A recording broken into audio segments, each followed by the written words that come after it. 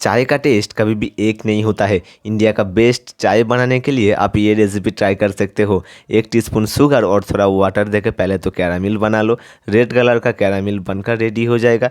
1 cup milk और 1 cup water देके अच्छा से उबालना है। अभी उबालता हुआ मिल्क पे 2 इलायची, चाय पाउडर और शुगर देके धीमी आंच पर उबालना है। तब तक उबालना है जब तक एक रेड कलर का चाय बनकर ना रेडी हो जाए। ऐसा करके चाय बनाने से इंडिया का बेस्ट चाय बनकर रेडी होता है। ऐसा ही रेसिपी देखने के लिए सेव ओवर को फॉलो करके रख दो।